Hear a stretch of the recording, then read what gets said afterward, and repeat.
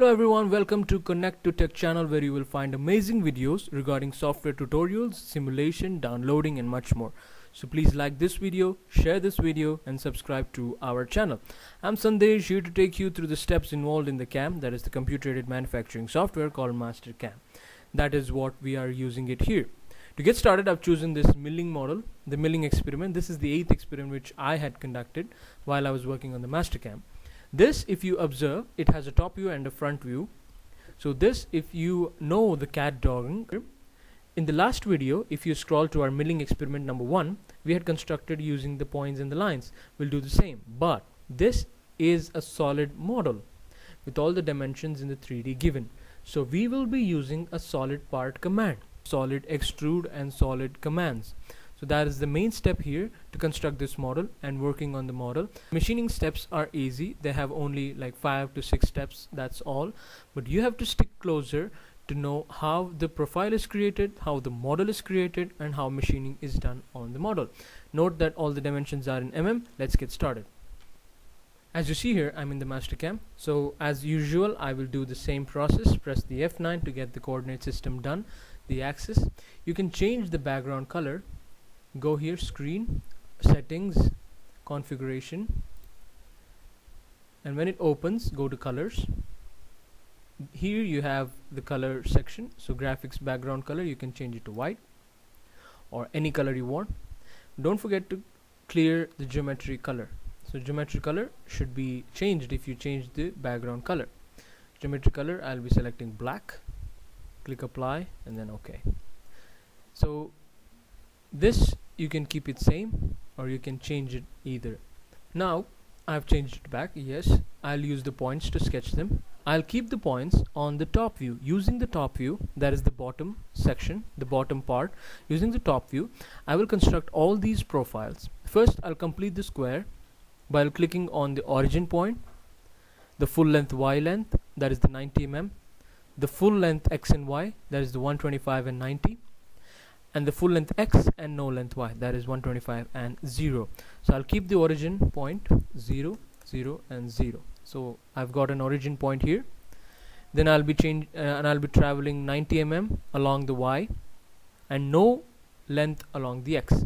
So X axis remains 0, that is on the origin. If you see our another video, the milling experiment number 1, are turning, you will observe the half profile was created, but here according to the milling experiment 1, we are sketching using the points. So as I said, I will be completing the square, the rectangle. Here Y axis, I'll be traveling 90 mm up. So X remains 0 and Y will change to 90, Z is 0. I don't see the point. I'll fit this using the fit command. If you see our first video, you'll note down all the shortcuts. Then I'll be moving on to the next point, that is the full length of X and Y, 125 and 90. X is 125. Note that the directions, X is 125 and Y is 90. I got the rectangle and I'll be completing the rectangle by using the full length on X and no length on the Y. So I'm going to be traveling all the way down on the X axis, 125 across. So 125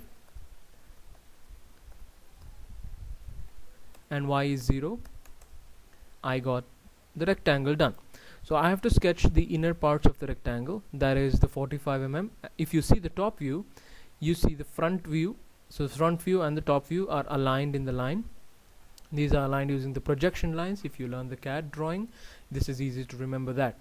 The 45 mm line, I have to travel along the X axis. From the origin, I'm traveling 45 mm across. So this is the absolute dimensioning. What is absolute dimensioning? You have to travel anywhere across your sketch from the origin itself. Though it is 125, though it is 90, you have to subtract, you have to add, you have to travel from the origin itself. Incremental is if you had traveled from here to 45 mm here, so this will be 0, 0, that is, this will become the origin. And you have to calculate a new length from here. We don't want that complex here. So we have a simple drawing. We'll be sticking on to the absolute dimensioning. I'll be traveling 45 mm along the X axis. I'll click here in the MasterCam. I'll enter 45, enter, and Y will remain 0. Okay, so this will be the starting point of all these 30 mm lines. Remember that I'm sketching using the top view, that is the bottom section drawing, and I'll be extruding the solid part to get the top view, that the front view. So these 20 mm are the solid extrusions. If you had worked in SolidWorks or Solid Edge, you will know what is extrusion and what is modeling means. These are the extrusion lengths, the 20 and 20. These are the distance, the profile distance. So I'll be creating the profile and then extruding them. The profile is 30 mm, 30 mm rectangles. So what is this distance? This distance is 125 minus 45. That will make you 80 mm. If you don't know the calculations, just enter 125 minus 45 and then 30. Y axis is 30. And I'll click OK. I got a point. Now 30 plus 30, 60 mm along the same line. So X doesn't change, X remains 45, and Y changes.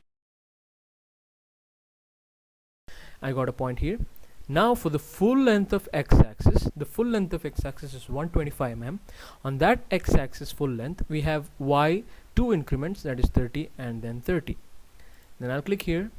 Full length is 125, and then on the Y I have 30, and then again for the full length of X-axis I have 60. I had completed the drawing. Now one thing is remaining, yes, that is connecting the line. Before going there, you have to agree that you have done right, and then click on the line, click on the multi-line. Remember to follow these steps. After clicking on the multi-line, just complete the outer profiles, whatever are in the outer section only. And then if you have the elongated line, click on the right button on your mouse, and then I'll hit clear colors. Yes, clear colors. And then I'll click on the line again. I'm not selecting this multi-line. Why? I want individual lines. I selected here.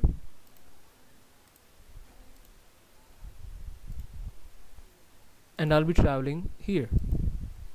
Then I'll click here, and then I'll complete this step. Only one is remaining, that is this step. I'll complete this and I'll click agree. So we have the profile on the bottom. The same profile has been created here.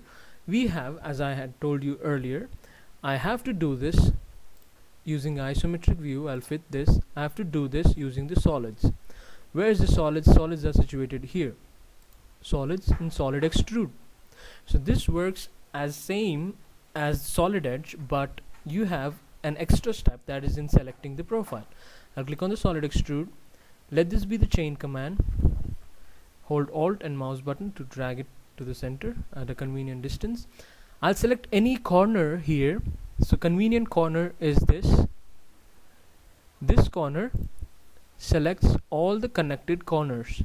So if you observe, the toolpath red line has been traveled all across here, but the red line is confused of which corner to cover the next, because we have 1, 2, 3, 4 and 5 corners. I will be selecting the first corner, and the line understands that the connected corner it should travel, but here it is confused of 2 corners. I will be completing by clicking on this corner. I'll click OK. It'll ask the extrude distance. Which distance is given here? The 60 mm. So I'll be extruding them at a point 60 mm up. The direction is down. Note that if you click OK, it will be protruded below. No issues. Go to solids here, click on the solid, click on extrude, double click on the parameters, and then you have a small checkbox here, reverse direction. Click on that and click OK. Still it is not regenerated. I have to regenerate all using this button here.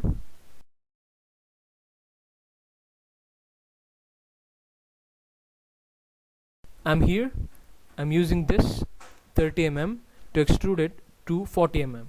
So you will understand it better if you observe that this is the front step, that is at a 20 mm distance. There is the second step that is at a 40 mm distance, and this is associated with the L. If you observe the top view, the L is the top, and the 30 mm step is the next step to that, the 40 mm, and the last step is 20 mm here. If you observe neat, you can see it visibly. I'll go to the MasterCam. I have selected the profile. I'll click OK. I'll give a distance of 40. I'll click enter. The reverse direction is switched on. I'll click OK. Yes, the step is done. Again, solid extrude. Then I'll click on the corner here, this corner, so don't select any corners here outside the boundary. Select this lateral corners to make the ease of operation. The red arrow is confused. Click on it again. It will complete automatic because the corner selected is only one. Note that the line which you select is traced along the corners, so select the corners as much as possible. I'll click OK. In the direction, remember that it is only 20. Reverse direction being selected, I'll click OK. So the whole profile is selected. I'll fit this to screen. Now you get an idea. If I click on the outline shaded, now you have an idea by observing the top view, the front, and then the isometric. But I don't want the C-plane to be at front. I want it to be top. For the ease of machining operation, I'll click on the wireframe. Next, I have to select a machine type, milling, as we are milling the object. I'll select 3-axis VMC. The cutter is held vertical to the bed. That is vertical machine center. I'll go to the properties button, stock setup. I'll click on the bounding box. This you have been covered in the first video. Click OK. So the bounding box selects all the boundaries which you have constructed. So this is your construction. Give 2 mm extra to them, 92. This time we'll be giving 3 mm extra, or 93. Then I'll click x-axis 128 and then 63. Remember to give a stock in the Z direction here.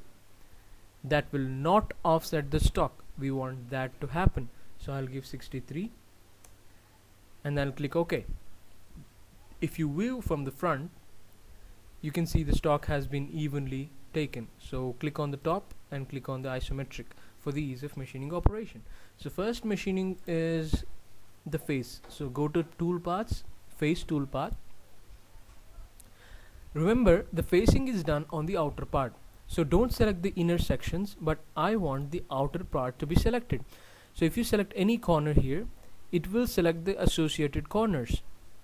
Look, the highlighted white lines, it has been selected, which are associated on the corners. The red line has been stuck here, being confused of which corner to go. I'll click on this and observe the red line will travel across here automatically because the corner associated is only one. See, it automatically completes its profile. Click OK. The tool, yes, it will be selected automatically by the software. Facing parameters, remember I had told you in the last video to keep an eye on the retract. We have a 60 mm model here. The size of the model is 60 along the Z axis. We are working now in the 3D. The Z axis has 60. The retract, that is after machining, the tool has to come up. At what distance? That is above 60. I'll give a random count of 100. It should be above 60 because the model is 60. It should be above 60. Absolute plane, as we have sketched in the absolute plane, top of the stock is 63 and depth I want 60 because the tool has to travel from origin at a 60 mm distance above. It has been covered in the last video. You can watch that. Facing is done and I'll move on at a faster rate. Toolpaths, contour toolpaths, and then click on the same profile, selecting the corners. Click OK. Now you have to select a library tool. Remember that face mill cannot be used here. 50 mm diameter, it will worn out the whole model. I'll be selecting 3 mm as we had given 3 mm extra stock. Click OK. Click on the end mill again, contour parameters. The retract, remember above 60 mm because your drawing your model is 60 mm size. Click on the absolute. Depth is 0. Why? The tool has to travel all the way along the origin and reach the origin to have the complete model surfaced or complete model contoured off or removed off from the raw material. I don't want lead in out because lead in creates a mark and lead out creates a mark on the model. We don't want that to happen. Remember the compensation direction as shown in the earlier videos. The tool direction is outer side. You can see with your zooming in. So it is on the outer side. That is what we wanted. Tool should travel outside the surface. Next, to sketch out or to remove these steps, I will be using the pocket command. So tool paths, pocket tool path, you have to pocket out these steps from the raw material. So how is by selecting the corners. I'll zoom in, hold Alt and scroll button to move into the center, convenient way. I'll click on the corners, and still the red line is confused where to go. I'll click on this line, and if I click on this line, it'll complete the square. See, it has completed. Then I'll click OK. Then for the end mill, let it be 3 mm. I'll keep it 3 mm for the accuracy or the finish accuracy, or you can keep 5 mm. Click OK. Clicking on the 5 mm, I'll go to the pocketing parameters. Retract, I'll giving 100 because I don't want the tool to be worn out while the tool goes back to its home position. Click on the absolute dimensioning, as you had sketched in the absolute dimensioning. What is the depth?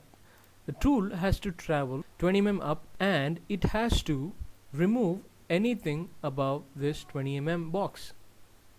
So I will give the depth as 20. So the constraint is the length. Tool cannot move below 20 mm. It can only work above 20 mm. Then the important thing here is here pocketing parameters and click on facing. Facing clears off the boundary whatever is there. So keep all these unchanged. I'll click OK. These are based on the experience. I'll click OK, then regenerate all. But here the tool is getting buried inside. I don't want that to happen. So come to the roughing and finishing parameters, click on the zigzag, click OK, and regenerate all. So zigzag is a command which helps you to come from a point and zigzag it out. So now we'll check this, verify that facing is done, contouring is done, and then pocketing is done smoothly. Ignore the red parts, that is the tool diameter setting. After this is done, we have to machine the other step also. So the same, we'll go to tool paths, pocket tool path, let this be. I'll select this chain. After selecting, I'll click on the 5 mm tool, pocketing parameters. So the depth here will change to 40 mm because we had traveled 20 mm up and machined everything which is about 20. And now we have to travel 40 mm up and machine anything above 40. So I'll give depth as 40, and then this stays as facing. I'll give conventional for my ease, and I'll keep the zigzag in motion. I'll click OK. Here, if you observe that this has a tool burial here, I'll be selecting the constant overlap spiral. So all the step over percentage, step over distance is 1, and the spacing is 1. Now I will regenerate the operation, and still the tool burial is inside. Then I will go here, I'll give approach distance as 0, click OK, and regenerate all. So you don't have any approach distance here. So I'll give the isometric view, fit that, and then I'll regenerate everything, select all, regenerate all. And then I'll verify the operations, step after step. Facing is done, contouring is done, and then the pocketing is done. Another pocketing is done. That's it. You have the model here. This is how the steps should be constructed. Click OK. Then I'll fit this. So these are the steps which are fun and simple while working in the software. You can download this file to work and practice. This is in the PDF format which is in the description. And thank you all for watching till the end. Have a great day.